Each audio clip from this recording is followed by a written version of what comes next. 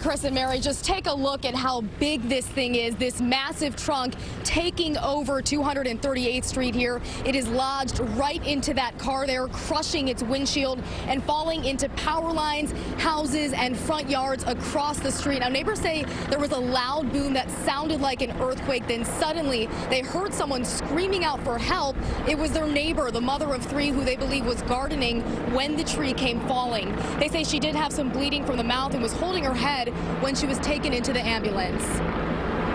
She was just standing in the middle of the garden screaming at the top of her lungs, but she couldn't move. So we ran into the garden and kind of just dragged her out.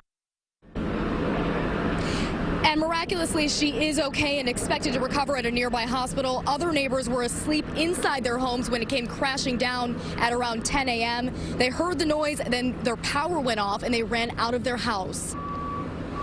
I was sitting on my bed, yes, and it just sounded like the end of the world was coming. All you heard was just crushing and crushing and crushing. It went on for a good, felt like minutes. And then I ran to the front of my apartment because my son sleeps in there, and that's where we saw the tree coming into the window. I was kind of sleeping when it happened, but I heard a ton of cracking like an earthquake and then a huge slam.